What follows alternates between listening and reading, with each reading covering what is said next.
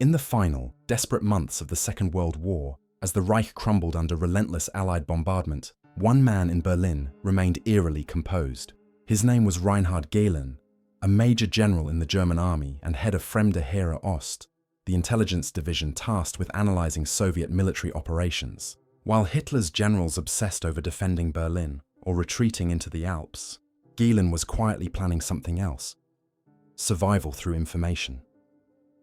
By early 1945, the Eastern Front had become a graveyard for the Wehrmacht. The Red Army's Operation Bagration the previous summer had destroyed Army Group Center, inflicting catastrophic losses. Yet, despite the chaos, Gehlen's office, located in Zossen, south of Berlin, continued to collect and archive reports from the collapsing front. He knew the value of what they possessed, the most comprehensive intelligence on the Soviet Union ever compiled by any Western power. It wasn't ideology that drove him anymore, it was calculation. As Soviet forces advanced westward and American bombers reduced German cities to ruins, Gehlen began copying and microfilming key intelligence documents, maps of Soviet troop movements, intercepted communications, and detailed assessments of Stalin's generals. His staff, a loyal cadre of officers and analysts, worked in secrecy, sealing thousands of pages into airtight metal drums. One of his aides later recalled in a post-war interview, Gehlen knew Germany would lose, but he believed the intelligence war would not end. It would simply change sides. This was the insight that separated him from the others who still swore fealty to a dying Führer. In March 1945, as Soviet artillery thundered in the distance, Gehlen ordered the evacuation of his core team. Disguised as ordinary Wehrmacht officers, they transported the microfilm archives by truck through Austria and into the Bavarian Alps to a secluded mountain near the village of Fischhausen, south of Munich. There, under cover of darkness, they buried the steel containers deep in the soil of Mount Wendelstein. Each was carefully mapped and marked, its contents labeled with nothing but coded initials. It was a gamble, but it ensured the survival of information that would soon outlive the Third Reich itself. Meanwhile, in Berlin, chaos reigned. Hitler's bunker had become a tomb of denial. SS units hunted supposed traitors, while civilians fled west in terror of Soviet retribution. Yet even as Germany collapsed, Gehlen's plan was coming together. He had decided not to die for Hitler. Instead, he would offer something of value to Germany's conquerors, a way to make himself indispensable to the next world order. On May 7, 1945, Germany officially surrendered. Within days, Gehlen and 3 of his closest associates were on the move again, heading toward American lines near Salzburg. He carried a briefcase filled with summaries of Soviet deployments, proof of his worth. When captured by soldiers of the US 7th Army, Gehlen introduced himself not as a prisoner, but as an expert. "I am head of German intelligence on the Eastern Front," he said calmly. "I have information the Americans will want." At first, his captors were skeptical. The Allied forces were rounding up thousands of Nazi officers daily, but Gehlen was different. He spoke fluent English, referenced Soviet field commanders by name, and seemed to know the inner workings of Stalin's war machine better than anyone they'd ever interrogated. He made a bold offer. If treated as an ally, he would share everything he knew. Within weeks, he was transferred to a secure compound near Augsburg for debriefing by officers of the US Counterintelligence Corps, CIC. Reports from the time described him as cold, calculating, and highly intelligent. A man who understood power and how to adapt to it.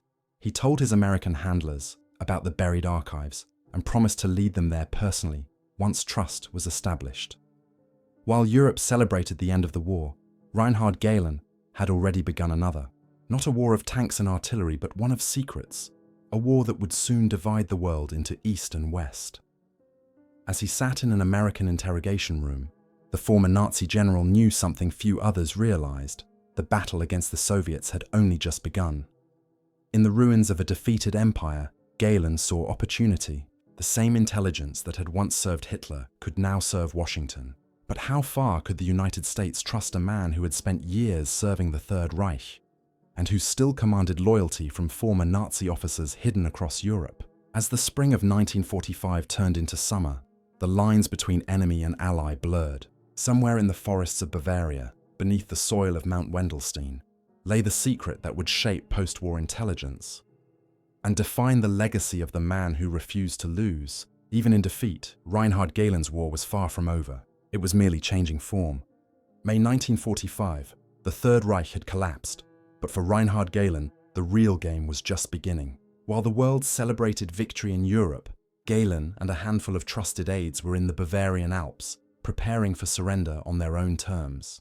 In a small chalet near Fischhausen, south of Munich, they hid the last remnants of their wartime treasure, the microfilmed archives of the Fremde Heere Ost, the German army's vast intelligence on the Soviet Union.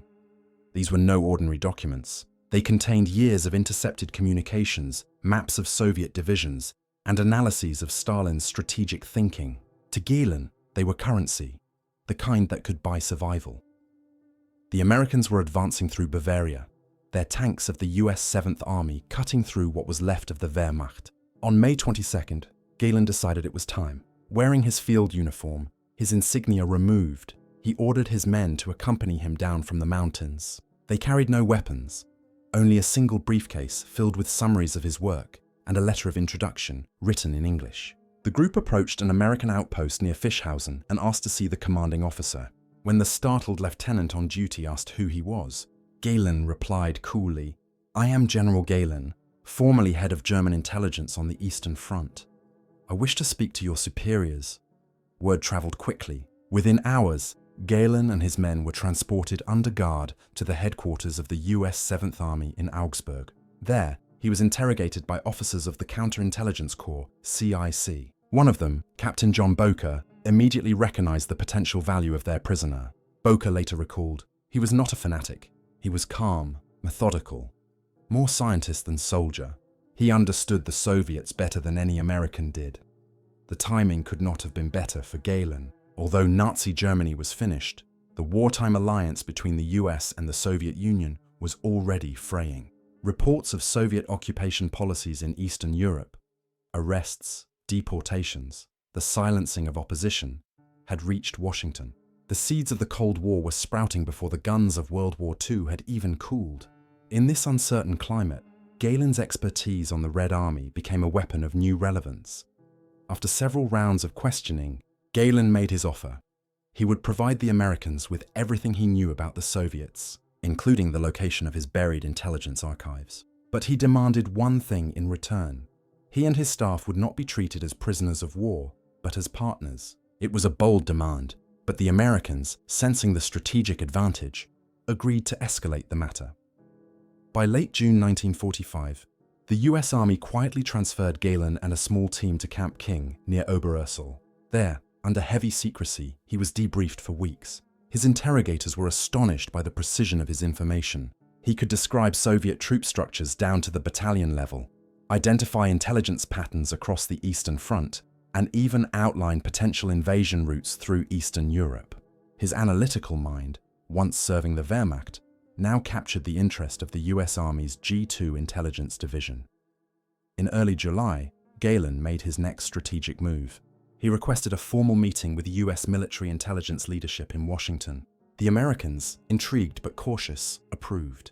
Soon after, he and 3 of his closest aides were flown in complete secrecy to the United States aboard a military transport plane. Their identities concealed, their presence unrecorded in official POW lists, their destination, Fort Hunt, Virginia, a heavily guarded intelligence facility known only by its code name, P.O. Box 1142. During the war, the site had been used to interrogate captured German scientists and officers. Now it would serve as the place where Reinhard Gehlen would reinvent himself. For months, Gehlen was questioned by American intelligence officers, including representatives from the OSS, Office of Strategic Services, and G2. The Americans wanted every detail he could recall: Soviet command structures, spy networks in Eastern Europe, and assessments of Stalin's next moves. Gehlen spoke openly, methodically, and often critically of Hitler's failures. He presented himself not as a Nazi, but as a professional soldier who had always viewed the Soviets as the true threat to Europe. He knew what they wanted to hear. By the autumn of 1945, the Americans had reached a decision. They would not prosecute Gehlen. Instead, they would use him. His buried archives in Bavaria would be recovered. His staff, loyal officers of the old Fremde Heere Ost, would be reassembled. Under American supervision, he would resume operations not against the Allies, but against the Soviet Union. Before he left the United States, Gehlen told one of his interrogators, "I will give you the organization you need for the next war, the secret one." It was a chillingly prescient statement. In early 1946, Reinhard Gehlen was flown back to Germany under a new identity and a new purpose. The war for him had never truly ended. It had only changed sides. Somewhere beneath the Alpine soil, his hidden microfilms waited to be unearthed. Soon, the Americans would return with him to dig them up, and in doing so, they would help create one of the most powerful intelligence networks in the early Cold War. But as Gehlen stepped back onto German soil, one question lingered among his new American handlers. Had they just recruited an invaluable ally, or a master manipulator who had already planned his next move? When Reinhard Gehlen arrived at Fort Hunt, Virginia, in the late summer of 1945, he entered a world that few Americans even knew existed. The facility, officially coded as P.O. Box 1142, was one of the most secretive intelligence centers in the United States. A quiet collection of nondescript buildings hidden within wooded grounds near Washington, D.C. During the war, it had housed high-value German prisoners, including rocket scientists, U-boat captains, and cryptographers. But none were quite like Gehlen. He wasn't just another captive. He was a man offering an entire intelligence network. From the moment of his arrival, Gehlen's treatment was different. He was not interrogated with hostility, but interviewed like a guest lecturer. American officers, many from the G2 Intelligence Division and the Office of Strategic Services, OSS, quickly realized that this quiet, bespectacled German possessed something they desperately lacked: a deep, structured understanding of the Soviet military machine. In the months following Germany's surrender, the uneasy alliance between the United States and the Soviet Union had already begun to unravel. The Yalta promises of cooperation were fading. Stalin's grip over Eastern Europe was tightening. The Americans needed information, and fast. Gehlen began his debriefings methodically, almost clinically. He dictated detailed reports about the Red Army's composition, logistics, and command hierarchy. He described in precise terms how Soviet divisions were organized, who commanded them, and how they moved during key operations, from Stalingrad to Kursk to Operation Bagration. He explained how his department, Fremde Heere Ost, had used prisoner interrogations, aerial reconnaissance, and intercepted radio chatter to map Soviet movements. The Americans, accustomed to dealing with fragmentary data, were astonished by the depth and precision of his knowledge. One OSS officer later recalled, "He talked about the Soviet Union as though he'd lived in the Kremlin. It was unsettling. He could predict Red Army responses almost as if he'd written their field manual himself." But even as Gehlen impressed his hosts, some remained wary. They saw a man with no ideology beyond self-preservation, someone who had served Hitler's regime faithfully until it collapsed. Colonel James Critchfield, a future CIA officer who met Gehlen in later years, would describe him as a man who understood how to sell himself and how to use fear as currency. At Fort Hunt, Gehlen presented a proposal that would shape post-war intelligence for decades to come. He argued that Soviet expansion was inevitable and that the Western Allies needed an immediate countermeasure. His solution: rebuild his intelligence network, using former Wehrmacht officers and agents familiar with the Eastern territories to gather information on Soviet troop movements, infiltration efforts, and political activities. "You will need men who know the East," Gehlen said during one session. "I can provide them, trained, disciplined, and experienced." To many Americans in the room, it sounded like a godsend. The OSS had limited reach in Eastern Europe, and the Army's G2 had little understanding of Soviet tactics. But others saw a dangerous moral compromise taking shape. Rebuilding a Nazi intelligence apparatus under new sponsorship, even in the name of democracy, was a step into shadowy territory. Meanwhile, Washington's internal politics were shifting. The OSS was being dismantled, and President Truman's administration was struggling to define post-war intelligence policy. In this vacuum, Gehlen found opportunity.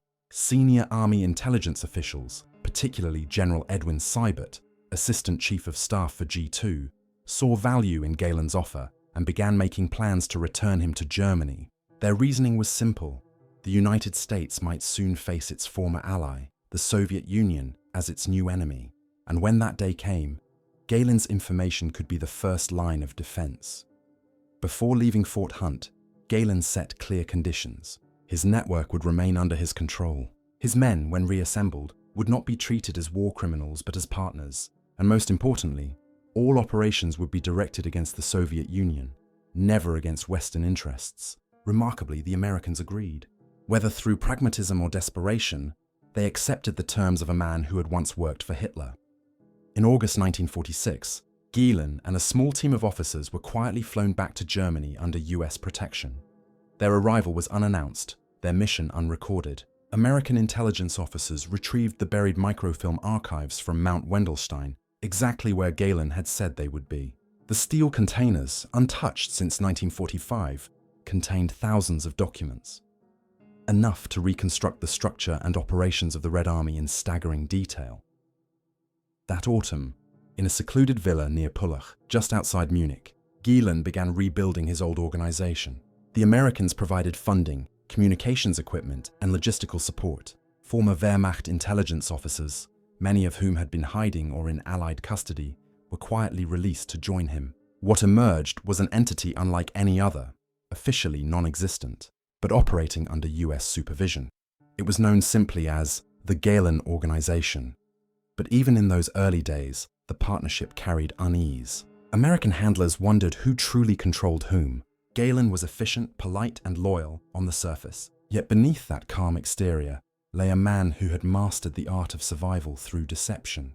The same skills that had kept him alive through Hitler's downfall were now being used to build a new empire in the shadows of occupation-era Germany. As one US officer later reflected, "We didn't recruit Gehlen, he recruited us."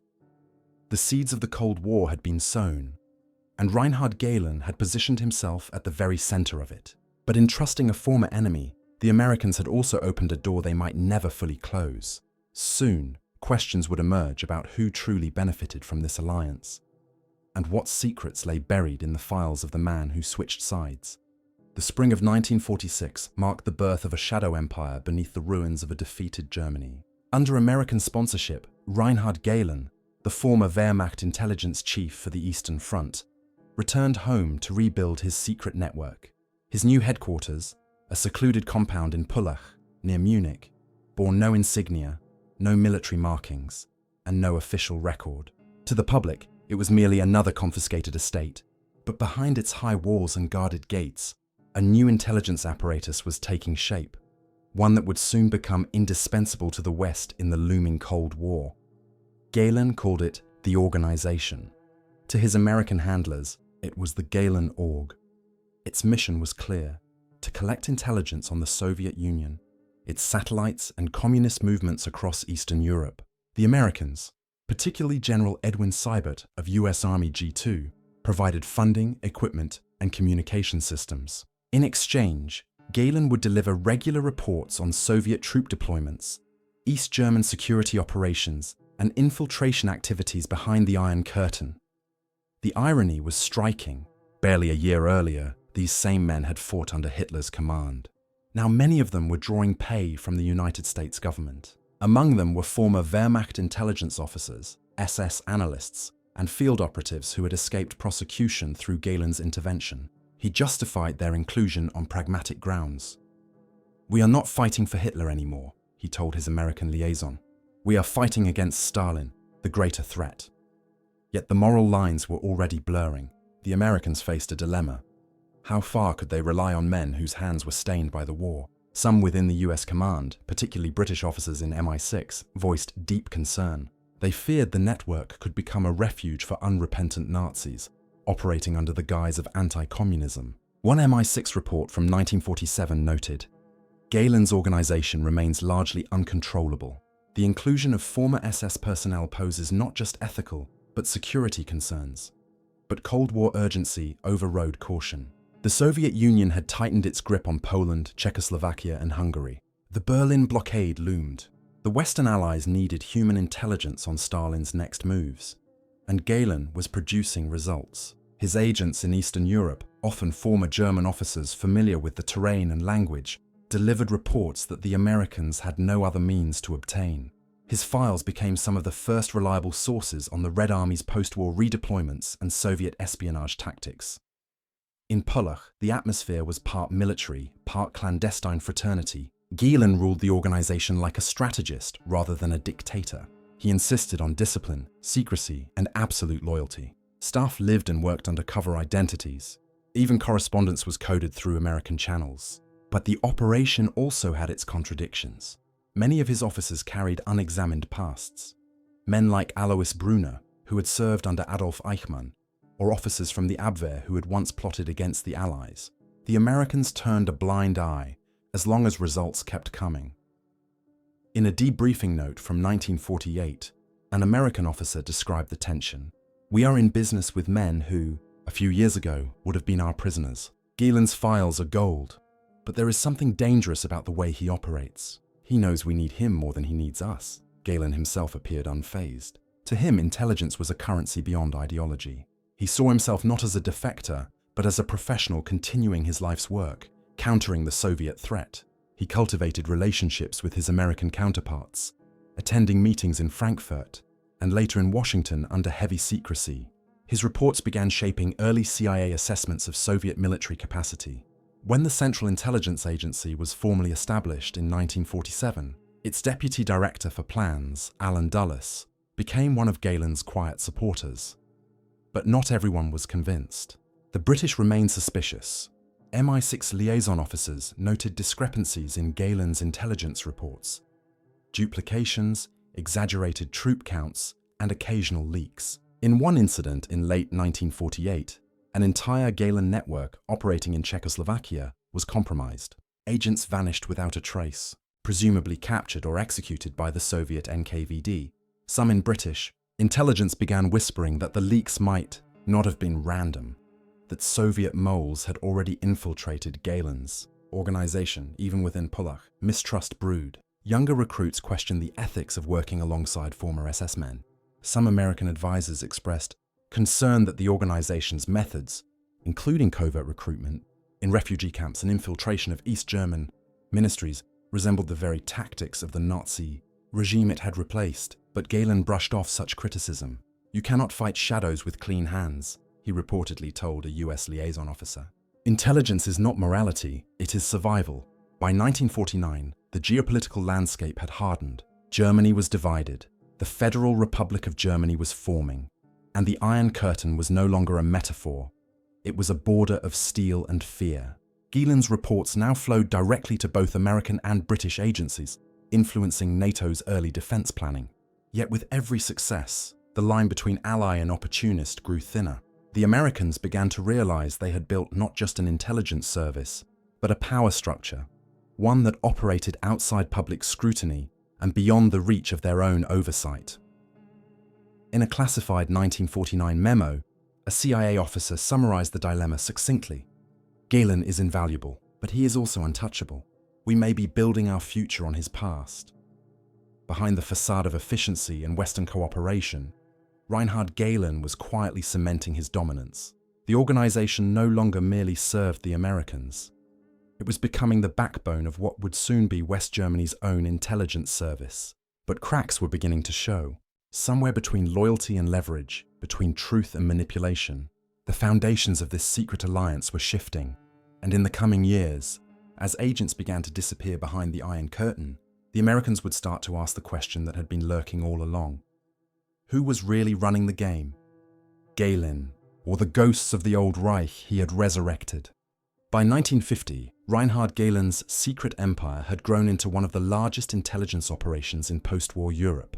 The Gehlen organization, as it was still officially known, spanned across the newly formed Federal Republic of Germany and deep into the occupied zones of Eastern Europe. Financed primarily by the United States, with quiet assistance from Britain's MI6, it functioned as the West's eyes and ears behind the Iron Curtain. But beneath the surface of apparent success, cracks were spreading through the foundation. In the dangerous new world of the Cold War, Gehlen's network was about to face its greatest test: infiltration, betrayal, and a string of disappearances that would expose the limits of trust on both sides of the Atlantic. At its height, the Gehlen org employed more than 4,000 operatives, informants, and analysts. Many were former Wehrmacht officers who had survived the war. Others were recruited from displaced persons camps and émigré communities scattered across Western Europe. They provided critical information on Soviet troop deployments, political purges in Eastern Bloc nations, and communist underground movements in West Germany. Reports from Pullach reached CIA headquarters in Washington within days, influencing everything from NATO planning to American foreign policy in Berlin. But with growth came danger. In early 1951, the British began to suspect that Soviet intelligence, particularly the GRU, had penetrated Gehlen's ranks. The warning came after a series of operations collapsed within months of deployment. One Czechoslovak agent, codenamed Falk, vanished in Prague after delivering only 2 messages. Another network in Poland, run from Munich, went silent in a single night. Dozens of names disappeared from radio contact. No bodies, no trials, just silence. The pattern was too precise to be coincidence. MI6 suspected leaks, and they had good reason. The British intelligence service had recently been shaken by the unmasking of double agents within its own ranks, the early rumblings of what would later be known as the Cambridge spy ring. If the Soviets had infiltrated the British establishment, could they not also have reached into the Gehlen organization, which, after all, employed hundreds of men who had once worked for the Nazi intelligence apparatus? Gehlen dismissed the British concerns at first. "Our losses are part of the game," he told an American liaison. "The Soviets are efficient, but they cannot outthink us." Yet his confidence was misplaced. In late 1951, internal counterintelligence investigators, led by a cautious analyst named Heinz Felfer, began to uncover evidence of systemic compromise. Ironically, Felf himself would later be exposed as a KGB double agent, but at the time, his reports were considered credible. He traced a trail of suspicious radio intercepts and communications leaks to sources within Pullach itself. At CIA headquarters, senior officers began to panic. The agency had staked its early Cold War intelligence on Gehlen's work. His reports on the Red Army's strength, Eastern Bloc industry, and Soviet espionage had shaped America's containment strategy. But if the Gehlen org was penetrated, that entire intelligence foundation could be tainted, or worse, feeding disinformation crafted in Moscow. Some within the CIA began to view Gehlen not as an asset, but as a liability. Tensions grew between Washington and Pullach. American advisors demanded stricter oversight, but Gehlen resisted fiercely. He believed autonomy was essential to operational effectiveness and to his own authority. In private, he accused the Americans of arrogance and ignorance. "They do not understand Europe," he reportedly told one of his aides. "They want control, not cooperation." Meanwhile, within Germany, the organization faced growing political scrutiny. Chancellor Konrad Adenauer's new government sought to establish a sovereign West German intelligence service, one that would serve national interests rather than American directives. Adenauer appreciated Gehlen's anti-communist zeal but distrusted his independence. In a private memorandum dated November 1952, Adenauer wrote, "Gehlen is a man of skill, but not of loyalty. He serves himself first, and Germany only as it suits him." The British, too, began distancing themselves. MI6 officers warned their American counterparts that Gehlen's system of internal secrecy, compartmentalized cells, code names, and selective access made proper auditing nearly impossible. Some whispered that Soviet intelligence may have been feeding Pullach-controlled leaks for years, manipulating Western assessments of Soviet strength to fuel the arms race. The possibility was chilling, that Reinhard Gehlen, the West Star intelligence man, had been outplayed by the very enemy he had promised to outwit. Then came the disappearances.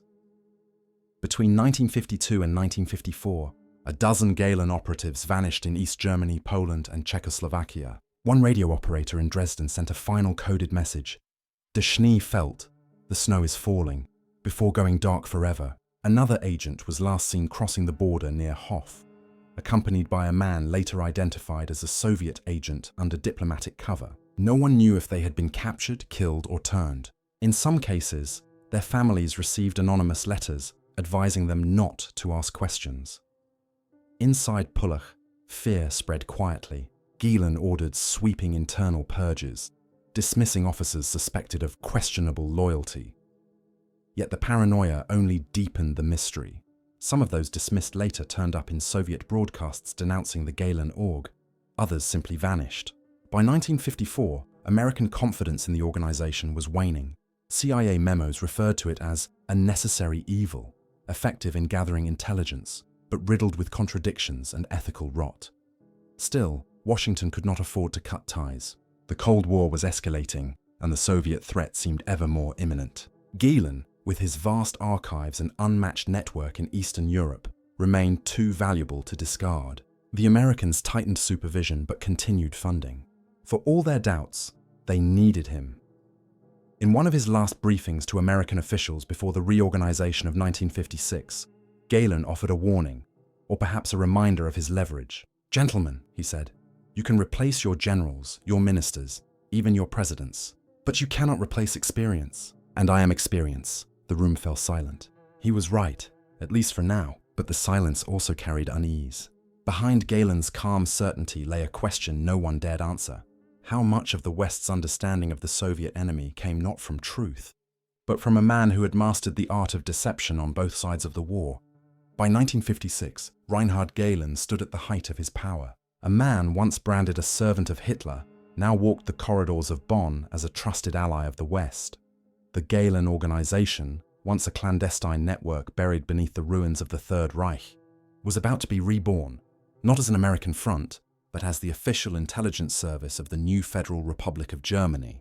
Its name would be the Bundesnachrichtendienst, or BND, and at its helm, by the personal approval of Chancellor Konrad Adenauer, would stand the man who had outlived defeat by mastering reinvention. On April 1st, 1956, the transfer became official. The US Army handed over operational control of the Gehlen organization to the West German government, though CIA funding and oversight continued quietly behind the scenes. The Americans congratulated themselves for building a new European ally capable of standing against Soviet aggression. For Gehlen, it was vindication, proof that information, properly managed, could redeem even the most compromised past. The Pullach compound, a cluster of villas, bunkers, and newly constructed offices near Munich, now flew the flag of the Federal Republic. But its methods remained the same. Former Wehrmacht officers still ran field units. Ex-SS men still held advisory posts, buried under layers of false paperwork. The files remained coded, the chain of command opaque. To many, the transition from the Gehlen org to the BND felt less like a reform than a rebranding. In Washington, Alan Dulles, now Director of Central Intelligence, called Gehlen a man who built the West's eyes in the East. Yet even within the CIA, doubts persisted. Internal reports warned that Soviet infiltration of the BND was likely widespread and ongoing. Some analysts believed the KGB had been feeding false intelligence through compromised BND channels for years. But in the political urgency of the Cold War, Berlin divided, Hungary in revolt, nuclear brinkmanship on the horizon, such warnings were easy to dismiss. Gehlen's reports continued to shape NATO strategy and Western perceptions of the Soviet threat. For Gehlen personally, the post-war years were a study in contradiction. He lived modestly in Pullach, rarely appearing in public, cultivating an image of bureaucratic detachment. Yet privately, he carried the confidence of a man who had survived history twice. In conversations with American officials, he often framed his career as an act of redemption, the transformation of Germany from an aggressor to a bulwark against communism. "Our mission," he once told a CIA liaison, "is to defend the free world with the precision that once defended the Reich. Only the flag has changed, but his new Germany was no longer content with shadows." As the 1950s gave way to the 1960s, journalists, parliamentarians, and even members of Adenauer's cabinet began to question the secrecy surrounding the BND. Allegations surfaced of former Nazi officials holding senior posts. One parliamentary report in 1961 described the agency as a continuation of the old networks, operating under new authority. When these revelations reached the international press, they sparked outrage and embarrassment in Washington. The moral compromise that had built the West's intelligence infrastructure was becoming harder to hide. Worse still, the BND continued to suffer humiliating breaches. In 1961, Heinz Felfer, once a trusted counterintelligence officer within Gehlen's own ranks, was exposed as a KGB mole. For nearly a decade, Felfer had fed Moscow a steady stream of classified material, including NATO plans and CIA communications. The betrayal was devastating. Felfer had been handpicked by Gehlen himself. The very man who had sold himself as the West's shield against Soviet espionage had unknowingly harbored its sharpest sword. When questioned about Felfer, Gehlen appeared shaken but defiant. "In intelligence," he told reporters, "you cannot eliminate betrayal. You can only survive it." It was a line both cynical and true, a reflection of a man who had lived his life in the grey zone between loyalty and pragmatism. In 1968, amid growing political criticism and bureaucratic exhaustion, Reinhard Gehlen retired as president of the BND. He retreated into private life, publishing his memoirs under the title The Service, The Memoirs of General Reinhard Gehlen.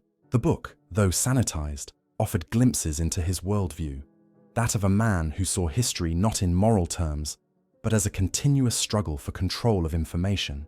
"Nations rise and fall," he wrote, "but intelligence endures. It is the one weapon that survives defeat." Gehlen died in 1979, largely forgotten by the public, but remembered in intelligence circles as both a pioneer and a paradox. To some, he was the architect of Western espionage in Europe, the man who helped build NATO's defensive intelligence network when none existed. To others, he was a manipulator who used American fear of the Soviets to launder his past and restore his power. In the decades since his death, declassified documents have revealed the depth of the compromise. The CIA's own retrospective reports admitted that much of Gehlen's early intelligence was unreliable, a mix of exaggeration, rumor, and Soviet-fed disinformation. Yet those same reports acknowledged an uncomfortable truth. Without Gehlen's organization, the West might have entered the Cold War blind. Today, Reinhard Gehlen's legacy remains unresolved, a reflection of the moral ambiguity that defined the Cold War's beginnings. Was he a patriot reborn, or merely a survivor who mastered the art of switching sides? His story reminds us that in the hidden world of intelligence, victory is rarely clean, and truth is never absolute. The man who once buried his secrets in the Bavarian Alps left behind no confession, only a question that still echoes through the archives of the BND and the CIA alike. Did Reinhard Gehlen serve freedom or merely himself?